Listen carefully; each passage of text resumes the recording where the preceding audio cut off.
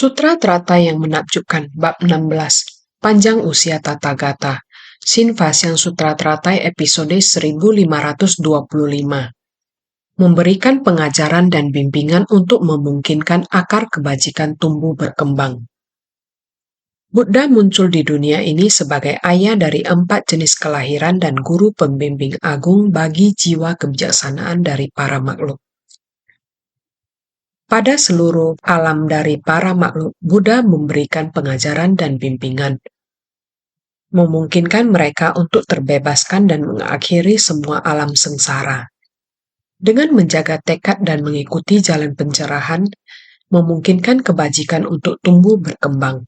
Hendaknya menegakkan praktik penuh kedamaian dan kebahagiaan, serta membangun ikrar agung.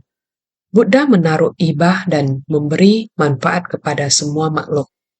Hendaknya menjaga aktivitas tubuh, ucapan, dan pikiran, menerima ajaran dan menerapkannya dalam praktik nyata. Kita harus bersungguh hati, harus benar-benar bersungguh hati.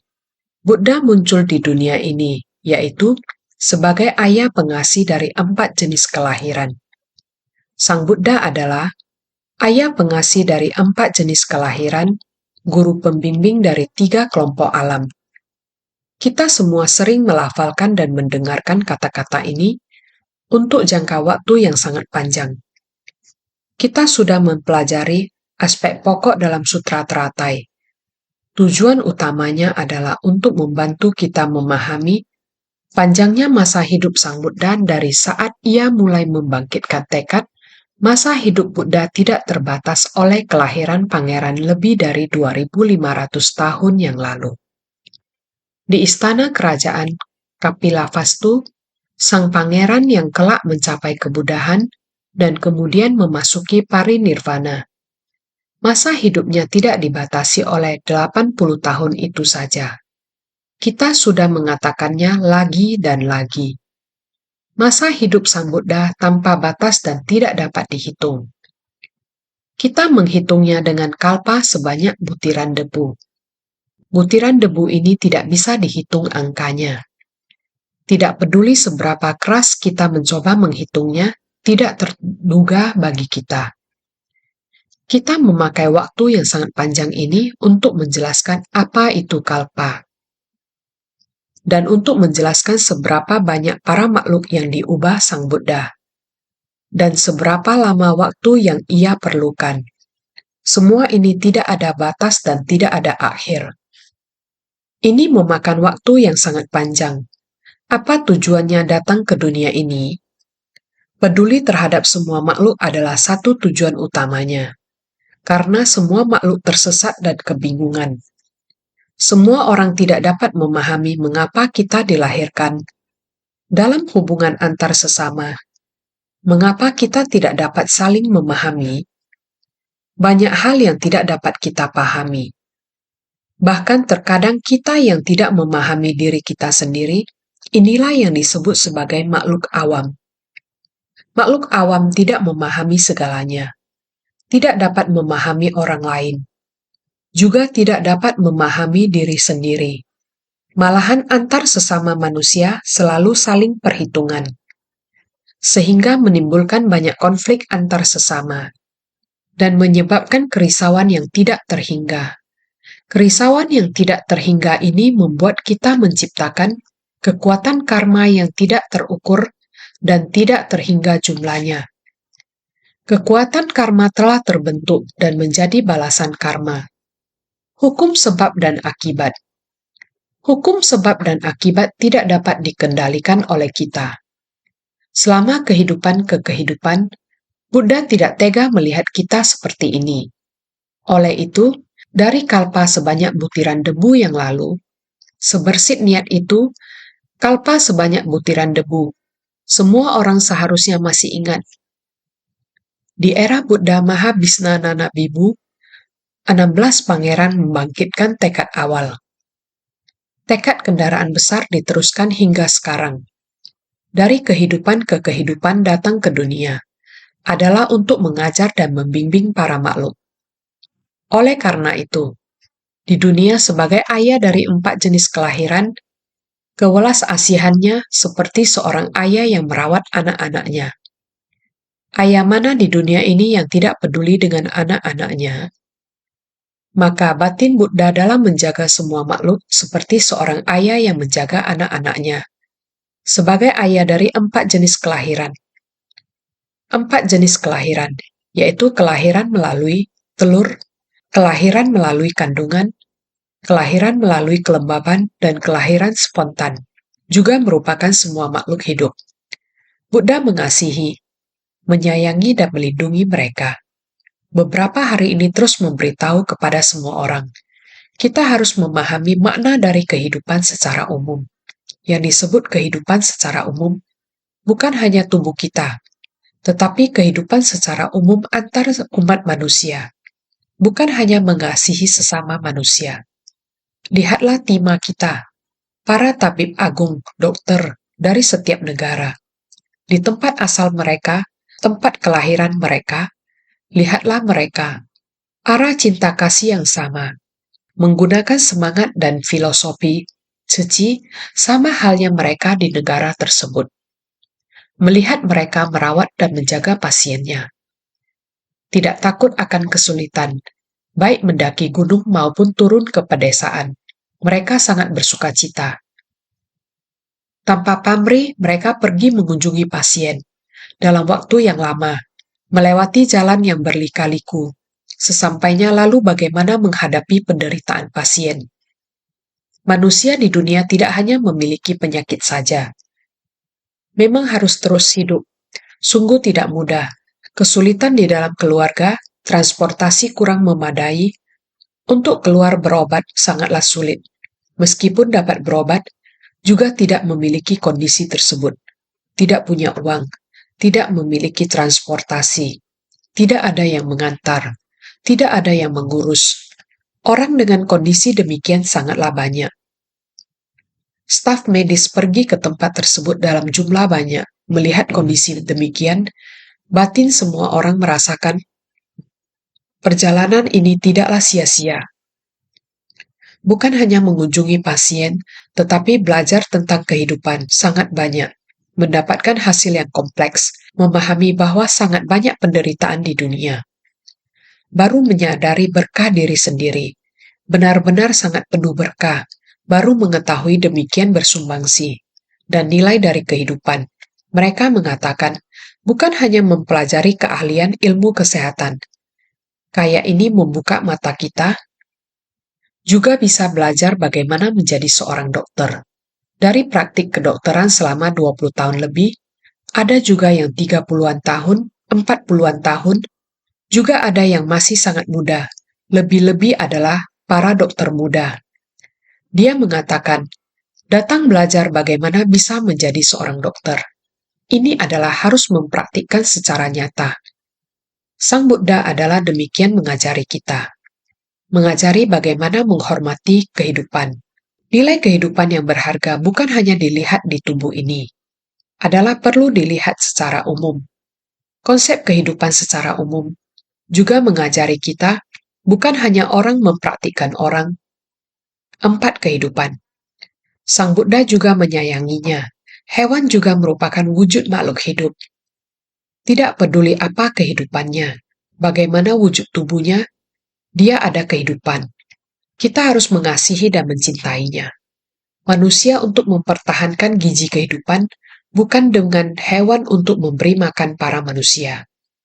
Hewan bukan terlahir untuk dipersembahkan untuk nafsu mulut manusia. Bukan, karena Buddha memberitahu kita, mereka menjadi hewan karena kekuatan karma di luar kendali mereka. Jadi terdapat 6 alam. Alam surga, alam asura, alam manusia, alam neraka, alam binatang, dan alam hantu kelaparan. Hewan-hewan terlahir di alam binatang. Ini juga di luar kendali mereka. Ini adalah hasil dari karma mereka. Lalu bagaimana dengan kita? Jika kita tidak memiliki akal budi, kita tidak ada bedanya dengan binatang. Kita semua masih merupakan makhluk hidup. Kita biasanya berbicara tentang membimbing semua makhluk termasuk manusia. Semua hal yang hidup dianggap sebagai makhluk hidup. Oleh karena itu, kita semua harus mengasihi semua makhluk hidup. Sang Buddha adalah ayah dari 4 jenis kelahiran, tetapi kita manusia memakan daging dari makhluk yang lebih lemah. Kita harus bertanya dengan hati kita mengenai ini. Jadi, kita harus berusaha keras untuk memahami prinsip dari bagaimana semua kehidupan saling berkaitan menjadi satu. Sang Buddha sebagai ayah dari 4 jenis kelahiran, Buddha menjaga kita semua. Jadi, sebagai manusia kita tidak boleh menyakiti makhluk hidup yang lain. Maka Sang Buddha adalah guru pembimbing agung bagi jiwa kebijaksanaan dari para makhluk. Karena Sang Buddha bukan hanya sebagai ayah dari 4 jenis kelahiran, juga sebagai guru pembimbing 3 alam. Karena para makhluk sangat ceroboh, tidak memahami semua hal. Mereka tidak memahami hal-hal duniawi, tidak memahami hubungan antar sesama, tidak memahami kehidupan mereka sendiri. Maka banyak hal yang tidak mereka pahami. Kita dikelilingi oleh hal-hal yang tidak kita mengerti. Sang Buddha berharap para makhluk dapat mengembangkan jiwa kebijaksanaannya, agar kita tidak ceroboh lagi. Kita harus bangkitkan jiwa kebijaksanaan kita. Akhir-akhir ini, saya sering memberitahu kepada semua orang bahwa kita harus merubah kesadaran menjadi kebijaksanaan. Harus menggunakan kebijaksanaan kita, bukan hanya menggunakan pengetahuan kita. Kita harus menggunakan kebijaksanaan kita, harus merubah kesadaran menjadi kebijaksanaan. Saya berharap semua orang dapat memahami sepenuhnya. Oleh sebab itu, Sang Buddha adalah guru panutan jiwa kebijaksanaan para makhluk. Kita menerima didikan di dunia ini, hanya sekedar menambah pengetahuan kita saja.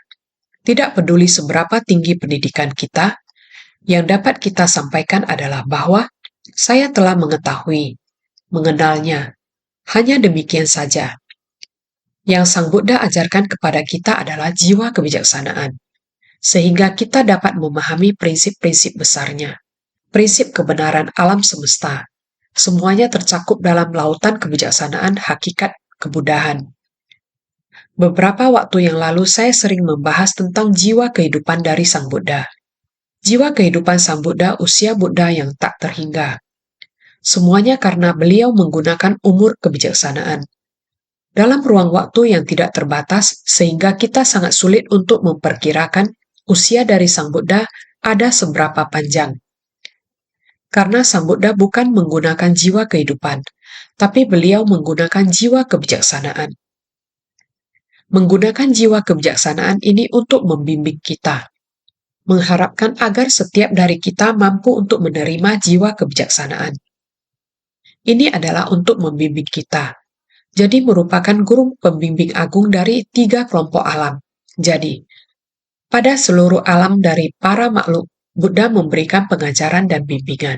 Jadi bimbingan dari Sang Buddha tersebar luas di semua alam kehidupan. Para makhluk, selain dari kita sebagai manusia, hewan-hewan lainnya dulu juga sering sekali mengingatkan Anda sekalian. Setiap makhluk hidup memiliki sifat kebijaksanaannya. Hewan-hewan juga mampu untuk menolong manusia, baik itu yang berenang di dalam air ataupun yang terbang di langit, yang berjalan di jalan. Tahu bersyukur dan membalas budi punya hewan sebenarnya sangatlah banyak. Para hadirin, seperti yang telah kita bahas berulang kali, dunia hewan seperti ini, jika kita mengingatnya kembali, maka kita dapat memahami bahwa semua makhluk hidup yang menerima ajaran dapat meningkatkan jiwa kebijaksanaannya. Oleh karena itu, dalam ajaran Buddha, yang harus kita pelajari adalah meningkatkan jiwa kebijaksanaan, yaitu dengan menerima ajaran Buddha, untuk menyelamatkan dan membimbing kita, serta menuntun mengarahkan kita untuk mengubah kebiasaan buruk kita, dan mengubah cara pandang kita yang keliru, agar kita dapat memahami hubungan antar manusia, bagaimana menjadi lebih berpengertian dan bertoleransi. Kita harus dapat memahami orang lain, sebelum kita dapat memahami diri kita sendiri, Sehingga apakah itu adalah memberi manfaat bagi orang lain ataupun untuk diri kita sendiri. Semua itu harus kita pahami dari ajaran Buddha. Apabila kita mampu seperti itu dan menerima Dharma dari Sang Buddha, memungkinkan kita untuk terbebaskan dan mengakhiri semua alam sengsara. Maka kita akan dapat terbebas dari perselisihan antar sesama dan terbebas dari berbagai kerisauan, serta tidak akan lagi menciptakan begitu banyak kegelapan batin dan karma. Hidup di dunia ini singkat. Kapan hidup kita akan berakhir, kita tidak tahu. Setelah kehidupan ini berakhir, semuanya akan berada di luar kendali kita. Ke arah dan di mana kita hendak pergi di kehidupan selanjutnya, kita seringkali saat mengamati dunia ini, bencana alam berulang kali terjadi. Sejak lama sudah berada dalam penderitaan. Lihatlah Republik Sierra Leone, beberapa negara di Afrika Selatan. Lihatlah, lingkungan di mana kita dilahirkan bukanlah diri kita yang menentukan. Tempat yang begitu miskin, sulit, dan penuh penderitaan. Terus-menerus terjadi bencana akibat ulah manusia dan bencana alam. Kalian coba pikirkan, apakah tempat tersebut adalah tempat yang mereka ingin datangi? Tidak, bukanlah diri sendiri yang bisa menentukan. Namun adalah karma yang menuntun mereka ke sana. Kekuatan karma ini membuat kita tidak bisa menentukan. Inilah yang disebut dengan alam sengsara. Bisa berada di alam sengsara ini karena ditarik mengikuti karma. Buddha datang untuk mendidik kita. Sekarang kita dapat memahami, dapat tercerahkan, segala hubungan dengan orang-orang segera kita perbaiki. Terhadap perilaku diri sendiri pun harus segera kita perbaiki. Sehingga arah dan jalan dapat kita buka dengan sangat tepat dan benar. Jalan digelar dengan sangat rata. Inilah kata-kata yang sedang dibincangkan beberapa saat ini. Sehingga ajaran kebenaran dari Sang Buddha dapat memungkinkan mereka untuk terbebaskan dan mengakhiri semua alam sengsara. Setelah menerima Dharma Buddha, kita harus dengan menjaga tekad dan mengikuti jalan pencerahan memungkinkan kebajikan untuk tumbuh berkembang. Kita mendengar dan juga mengerjakan. Lihatlah semua orang. Semakin banyak yang dikerjakan, semakin bahagia. Sebenarnya, para relawan suci jangan mengatakan apakah ini sulit. Jangan. Kita selalu mengatakan ini adalah berkah. Semua orang merasakan sukacita. Semua berjalan lancar. Sangat bersukacita. Memegang teguh tekad mengikuti jalan pencerahan. Ini semakin banyak melakukan, semakin bersukacita. Inilah makna bersukacita dalam Dharma. Bersukacita, oleh sebab itu, hendaknya menegakkan praktik penuh kedamaian dan kebahagiaan serta membangun ikrar agung. Kita bersedia terus-menerus, tanpa henti terus bersumbangsi. Inilah sebabnya Buddha datang ke dunia dari kehidupan ke kehidupan. Ajarannya masih kita gunakan sampai sekarang.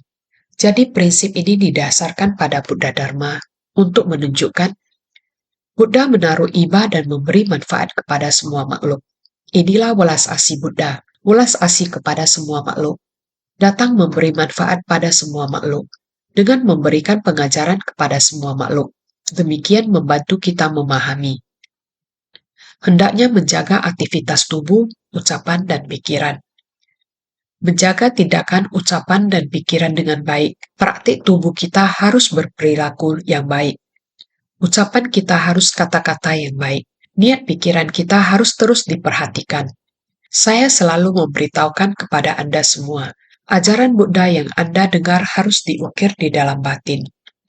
Jadi harus diingat di dalam batin dan diimplementasikan di dalam kehidupan sehari-hari. Jadi pemikiran ini harus selalu menggunakan ajaran Buddha. Ajaran Buddha adalah metode dalam melakukan suatu hal. Kita harus senantiasa mengingatnya. Jadi, hendaknya menjaga aktivitas tubuh, ucapan, dan pikiran, menerima ajaran dan menerapkannya dalam praktik nyata. Setelah kita menjaga tubuh, ucapan, dan pikiran, kita harus memperteguh ikrar agung kita. Bukankah sudah pernah dibahas di bab praktik penuh kedamaian dan kebahagiaan? Jadi kita harus bersungguh hati, Inilah intisari dari Dharma. Kita semua harus bersungguh hati memahami bahwa kita benar-benar harus mengamalkan sesuai yang diajarkan. Memahami hati welas asih Sang Buddha, datang untuk mengajarkan dan membimbing para makhluk. Sekarang mari kita melihat naskah sutra yang sudah dibahas sebelumnya. Marilah dengan bersungguh hati, tidak sebagaimana para makhluk dari 3 kelompok alam melihat pada 3 kelompok alam. Hal-hal seperti ini Tathagata melihat dengan jelas dan tanpa kesalahan. Sutra Teratai Bab 16, Panjang Usia Tathagata. Kita para makhluk tidak mampu memahami segala kebenaran sejati yang ada di 3 kelompok alam Sang Buddha adalah demikianlah yang diketahui, demikianlah yang dilihat, demikianlah yang dipahami, demikianlah yang dibabarkan. Ini semua adalah demikianlah dari Sang Buddha, mengerti dan jelas. Orang awam tidak mengetahui bahwa kebenaran sejati ini benar-benar tidak mampu untuk dipahami. Meskipun kita telah banyak mendengar, kita mendengar sudah tahu, sudah mengerti, ini hanyalah pengetahuan saja. Tidak masuk ke dalam jiwa kebijaksanaan kita. Jadi kita harus benar-benar bersungguh hati menghayatinya. Naskah sutra selanjutnya kembali mengatakan, para makhluk memiliki berbagai macam sifat, berbagai macam keinginan, berbagai macam perilaku, berbagai macam ingatan, pemikiran, dan perbedaan. Aku ingin agar mereka dapat menumbuhkan segala akar kebajikan. Sutra Teratai Bab 16, Panjang Usia Tathagata. Inilah kesabaran dari Sang Buddha. Mengikuti berbagai macam sifat para makhluk, mengikuti berbagai macam keinginan para makhluk, serta perilaku, ingatan, pemikiran, dan pandangan para makhluk. Demikian mengurai satu persatu kepada kita, untuk tujuan membuat kita bisa menghayatinya. Dulu kita terus berkata, Buddha memberi ajaran sesuai kapasitas para makhluk, yakni mengikuti akar kapasitas untuk memberi ajaran kepada kita. Membuat kita bisa menghayatinya secara bertahap. Yang paling ingin kita tahu oleh Buddha adalah bahwa setiap orang pada dasarnya memiliki sifat hakiki Tathata. Setiap orang adalah setara dengan Buddha. Memahami bentuk kehidupan nyata di alam semesta. Prinsip kebenaran membantu kita untuk memahaminya. Sungguh tidak berdaya. Para makhluk memiliki akar kapasitas tumpul. Buddha tidak punya pilihan selain menganalisis sesuai akar kapasitas para makhluk. Menggunakan kisah-kisah perumpamaan, menggunakan masa lampau, saat ini tentang manusia, permasalahan, dan benda. Demikian mengumpamakan dan menjelaskan kepada kita. Ini membantu kita menyatu dengan prinsip kebenaran. Mulai dari orang, permasalahan, bersatu dengan prinsip kebenaran. Para makhluk memiliki berbagai macam sifat, berbagai macam keinginan, berbagai macam perilaku, berbagai macam ingatan, pemikiran, dan perbedaan. Sifat dari kapasitas adalah tidak sama. Kesenangan adalah tidak sama. Tindakan yang diperbuat adalah tidak sama. Berbagai macam ingatan, berbagai macam kajian, dan berbagai pembedaan adalah tidak sama. Ini adalah Buddha dengan para makhluk memiliki berbagai macam sifat, berbagai macam keinginan, berbagai macam perilaku, berbagai macam ingatan, pemikiran, dan perbedaan. Demikian, sifat dari kapasitas para makhluk adalah tidak sama, sehingga kesenangan adalah tidak sama. Apa yang mereka kejar dan apa kesenangan mereka, apa yang ingin mereka pelajari. Semuanya adalah beda. Minat setiap orang dan selera setiap orang adalah berbeda. Ada orang yang suka membaca sutra. Ada orang lebih menekan pada penegakan sila. Ada orang lebih menekan pada bersumbangsi dan melayani orang lain. Masing-masing orang memiliki akar kapasitas yang berbeda. Buddha harus menyesuaikan akar kapasitas mereka, memberi pengajaran kepada mereka, melihat kesenangan semua orang. Apa yang mereka perbuat dan perilaku mereka adalah berbeda. Buddha juga harus merespon mereka berdasarkan perilaku mereka dan tindakan. Beliau merancang metode untuk mengajarkan mereka memenuhi kebutuhan mereka, kemudian membimbing mereka dengan sabar dan sistematis. Berbagai macam tindakan, berbagai macam pemikiran, berbagai macam ingatan, berbagai macam kajian ingatan adalah masa lalu. Selalu saja tak dapat melupakan yang telah berlalu. Ini juga merupakan suatu tabiat buruk. Pekerjaan masa sekarang harus dilakukan sekarang, malah selalu berada pada masa lalu. Urusan yang sekarang bila tidak segera dibereskan, lalu akan berubah menjadi masa lalu. Yang telah lewat tentu akan berlalu. Baru hendak diurus, kita semestinya hal yang telah lalu kita harus melepasnya segera. Ajaran yang sekarang harus kita dengarkan. Tabiat buruk pada masa lalu harus segera dikikis. Seperti demikian baru memiliki waktu dan jalinan jodoh. Waktu dan jalinan jodoh digenggam dengan baik-baik. Diri sendiri baru dapat berubah. Bila kebiasaan dan tabiat buruk ini, baiklah, harap tunggu sebentar.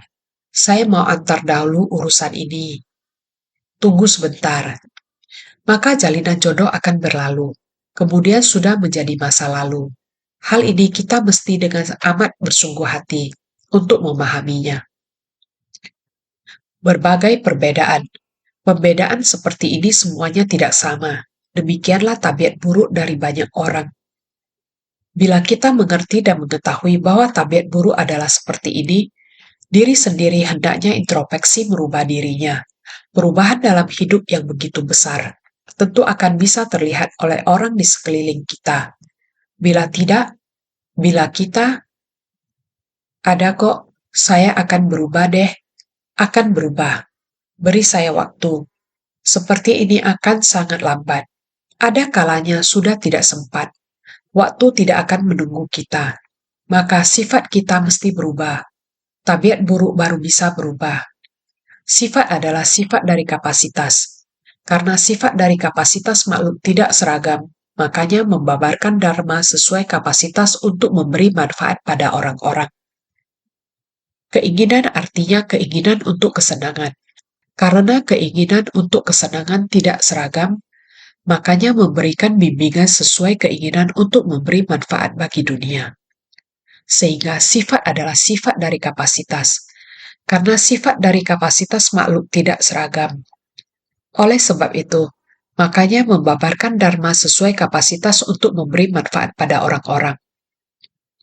Karena Buddha ingin memberi manfaat pada orang-orang dan bagaimana agar bisa menyesuaikan dengan kapasitas para makhluk, sehingga beliau mesti sangat sabar untuk bolak-balik ke dunia saha tanpa henti. Yakni di dunia para makhluk ini, kemudian mengajar dengan menyesuaikan sifat serta kapasitas para makhluk. Setiap saat memberi manfaat pada semua orang, maka berkenaan dengan keinginan. Karena para makhluk dalam kurun waktu yang lama membentuk sebuah tabiat.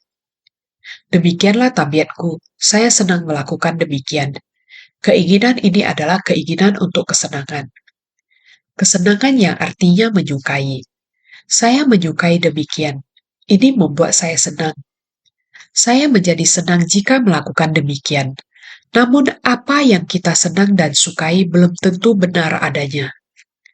Kebiasaan hidup yang hanya menuruti kesenangan sendiri juga ada banyak penyimpangan. Dengan minuman beralkohol dan rokok apakah membuatmu senang? Ya, itu membuat saya senang. Apakah bisa menghentikan kebiasaan ini? Tidaklah mudah, butuh waktu.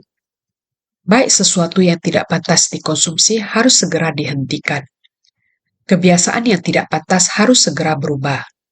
Jangan karena sifat dan kebiasaan kita yang terus mempengaruhi secara berkesinambungan menjadi tabiat. Ini sungguh sangat menderita. Oleh karena itu, karena keinginan untuk kesenangan tidak seragam, para makhluk memiliki tabiat yang sangat banyak. Setiap orang memiliki tabiat yang berbeda. Oleh karena itu, makanya memberikan bimbingan sesuai keinginan untuk memberi manfaat bagi dunia. Karena seperti inilah para makhluk di dunia ini. Banyak orang memiliki tabiat yang berbeda. Buddha mau tidak mau demi dunia ini, tidak peduli bagaimana tabiat para makhluk yang berbeda di dunia ini, Buddha tetap menggunakan dharmanya untuk mendidik kita. Inilah yang disebut memberikan manfaat bagi dunia. Ajaran Buddha tidak hanya bisa diterapkan di tempat tertentu saja, seperti tahun 2017 sekarang ini.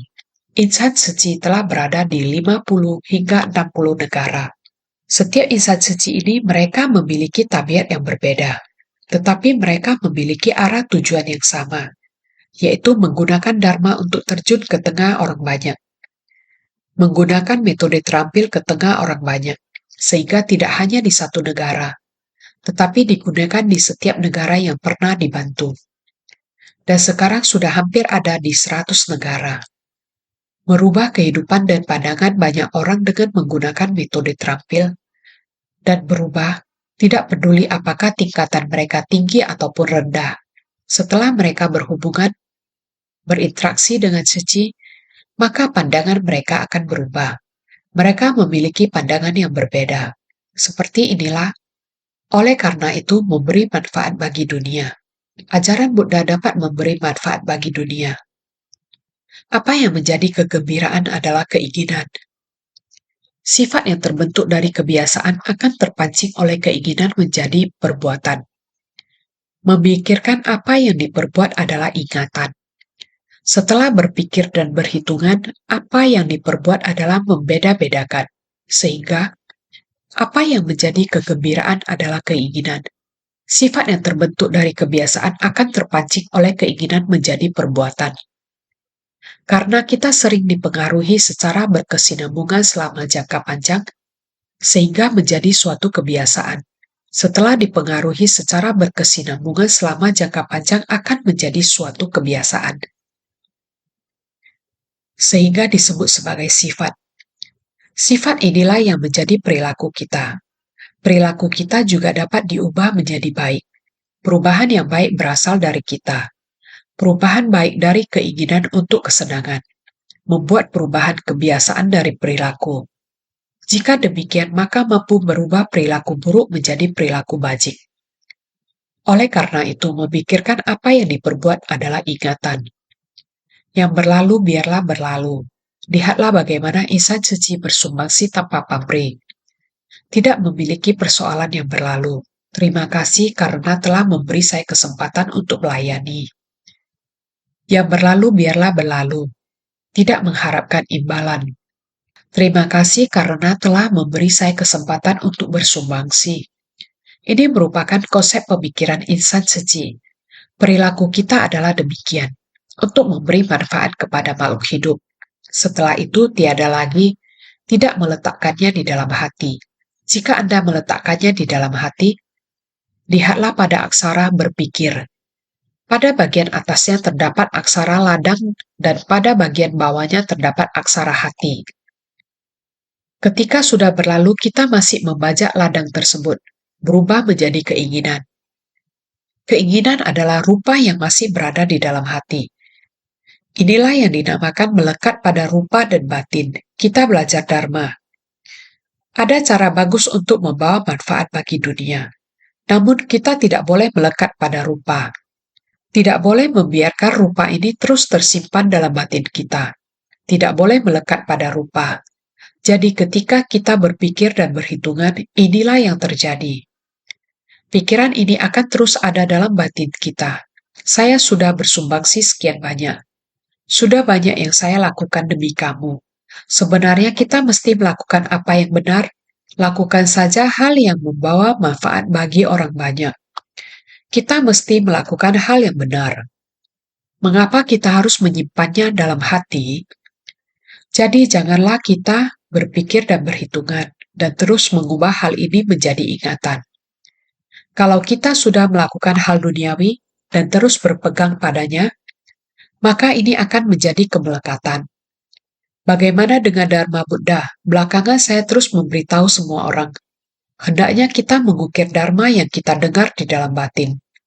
Ini karena kita akan belajar bagaimana menghadapi orang lain dan perihal, dan belajar untuk mengembangkan diri sendiri.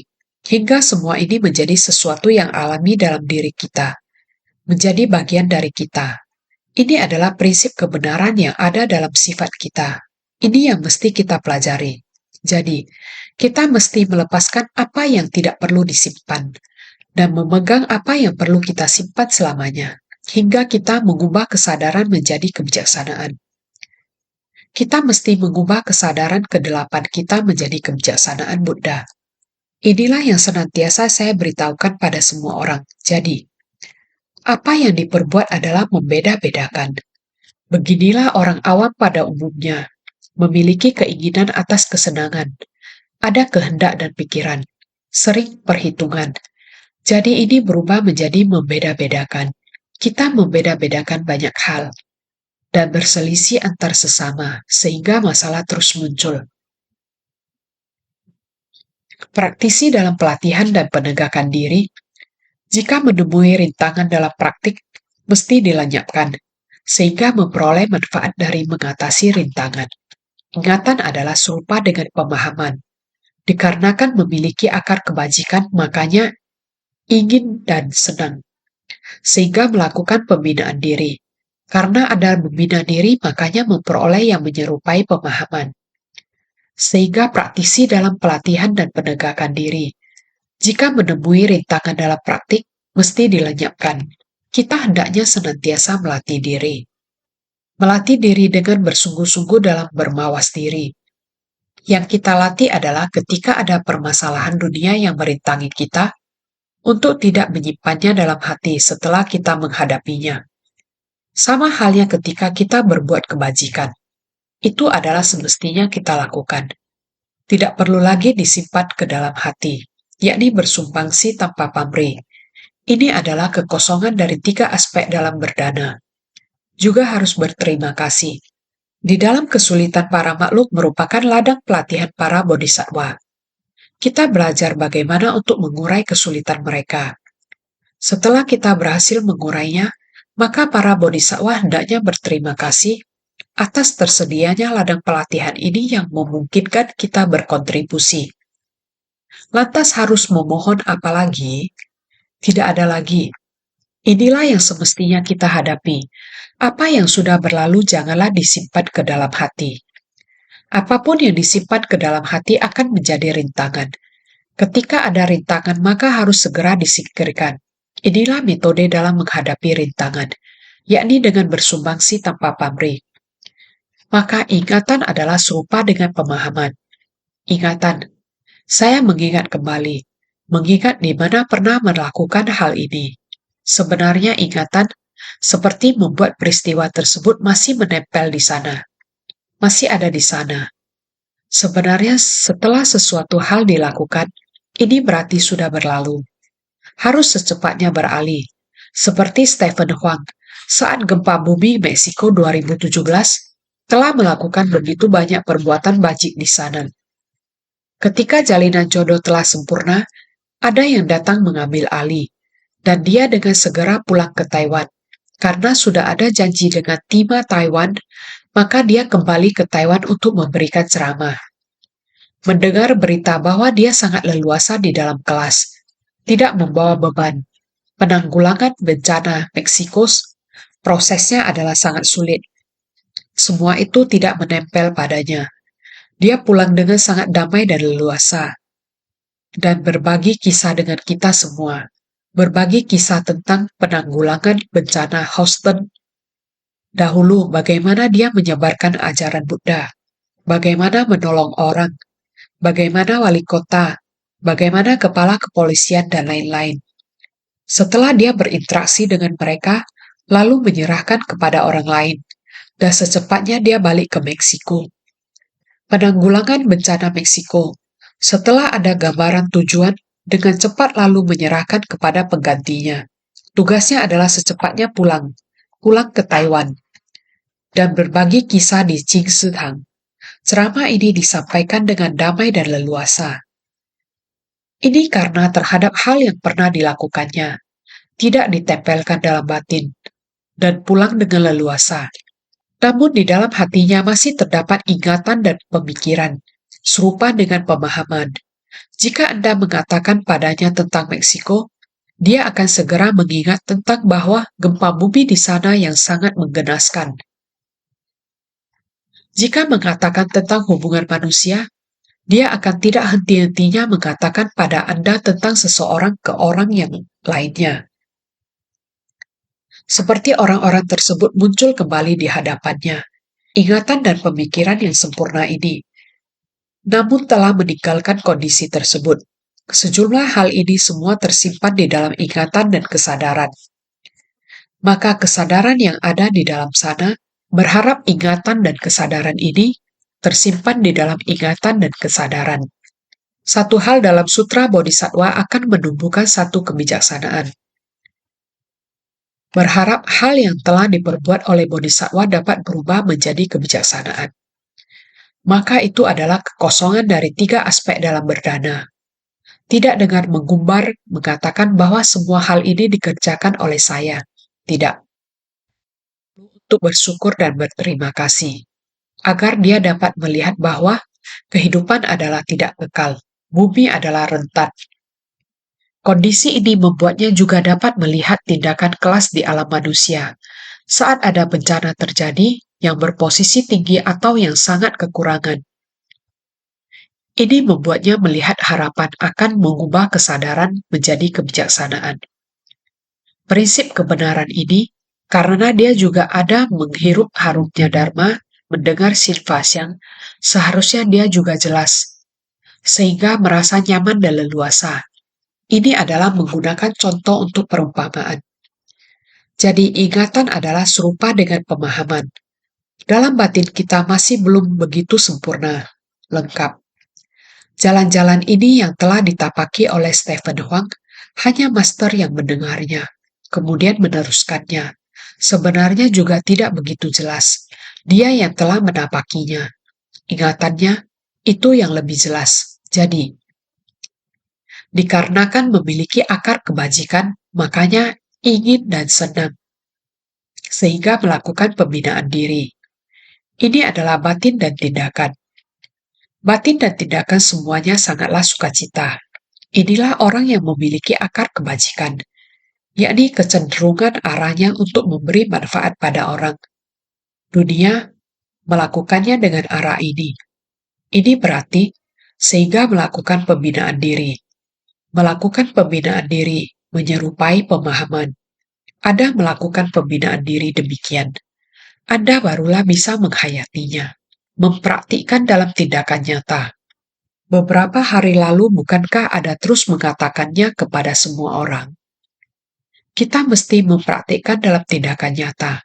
Anda barulah bisa tercerahkan, barulah bisa paham, harus mengerti. Ini berarti sadar, tersadarkan, paham. Sepertinya telah menghayati, paham. Ini berarti akar kebajikan Anda menerima sentuhan, dan Anda tersadarkan. Sesuai dengan pemahaman dari ingatan, selanjutnya membawarkan Dharma pada orang-orang, agar mereka memasuki prinsip kebenaran dan memperoleh manfaat dari kebenaran pamungkas. Kebiasaan membentuk sifat, jadi kenapa terlebih dahulu ada sifat, baru kemudian ada keinginan? Dikarenakan adanya sifat dan kapasitas yang mendasar, sehingga dapat memunculkan keinginan untuk kesenangan sekarang ini. Sehingga, sesuai dengan pemahaman dari ingatan selanjutnya membabarkan Dharma pada orang-orang. Dikarenakan demikian memiliki ingatan sudah melalui persoalan. Juga membabarkan Dharma pada orang-orang. Seperti saat Sesien pulang, dia langsung pergi ke aula Cingsi. Masih berbincang dengan semua orang sehingga agar mereka memasuki prinsip kebenaran. Telah melalui banyak hal dan persoalan. Prinsip kebenarannya sudah sangat jelas. Dia akan berbagi kasih ini dengan baik, agar semua orang dapat merasakannya, memperoleh manfaat dari kebenaran pamungkas. Ini merupakan hal yang ingin kita pahami. Kebenaran pamungkas. Kebenaran pamungkas sudah diketahui semua orang. Inilah prinsip kebenaran. Prinsip kebenaran dari Sutra Makna Tanpa Batas. Kebiasaan membentuk sifat. Ini merupakan prinsip kebenaran yang besar. Menganalisa sifat kita telah menyatu dengan prinsip kebenaran yang ada.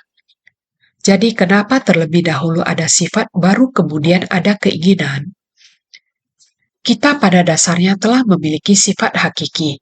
Mengapa di belakang masih memiliki keinginan? Semua ini masih harus dipelajari, dikarenakan kita pernah menyimpang, sekarang mulai belajar kembali. Jadi, dikarenakan adanya sifat dan kapasitas yang mendasar, sehingga dapat memunculkan keinginan untuk kesenangan sekarang ini. Mendasar bukan dasar yang dimiliki di saat ini. Mendasar artinya akar yang mendasar dalam diri kita. Sifat hakiki yang mendasar yang telah ada dari masa sebelumnya. Sifat hakiki kita adalah tanpa permulaan dan tanpa akhir. Sama seperti Buddha terus kembali tanpa henti. Namun hari ini, di saat ini kita baru mulai membinanya kembali. Karena waktu yang kita lalui sangat panjang, sehingga kita telah menyimpang. Karena ada kerisauan, makanya ada 5 kelompok pembentukan kehidupan. Panca skanda.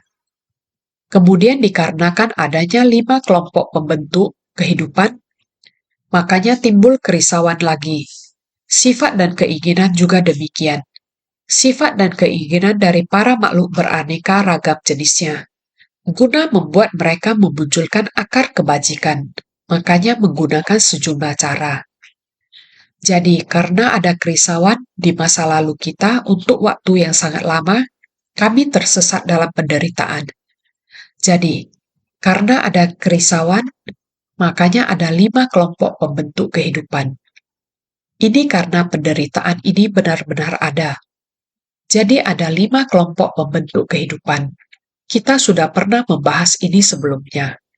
Mengenai tubuh kita, persepsi dan sebagainya. Kemudian dikarenakan adanya 5 kelompok pembentuk kehidupan, dan karena tubuh ini kita menciptakan begitu banyak penderitaan melalui tindakan kita. Sifat dan keinginan juga demikian. Sifat dan tabiat kita juga seperti ini. Ditarik oleh kami, penderitaan dan keterikatan tubuh, kita mengumpulkan begitu banyak tabiat. Jadi, sifat dan keinginan dari para makhluk beraneka ragam jenisnya. Sifat dan keinginan makhluk hidup adalah seperti ini. Dengan demikian, mereka mempunyai banyak perbedaan. Jadi, guna membuat mereka memunculkan akar kebajikan, makanya menggunakan sejumlah cara. Di masa lalu kita telah membahas berbagai metode ini. Karena ini, hal-hal ini terus muncul lagi dan lagi.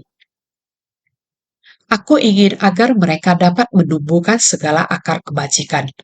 Buddha ingin membimbing para makhluk dengan berbagai cara tadi, agar mereka dapat menumbuhkan akar kebajikan. Makanya perlu membabarkan Dharma sesuai kondisi dengan menggunakan metode terampil. Inilah alasannya memunculkan ajaran sementara, sehingga aku ingin agar mereka dapat menumbuhkan segala akar kebajikan. Buddha berharap para makhluk dapat menumbuhkan banyak akar kebajikan. Buddha ingin membimbing para makhluk dengan berbagai cara tadi. Buddha ingin membimbing para makhluk, ayah pengasih dari 4 jenis kelahiran, yaitu guru pembimbing dari 3 kelompok alam. Demikian datang membimbing kita, membimbing agar mereka dapat menumbuhkan akar kebajikan.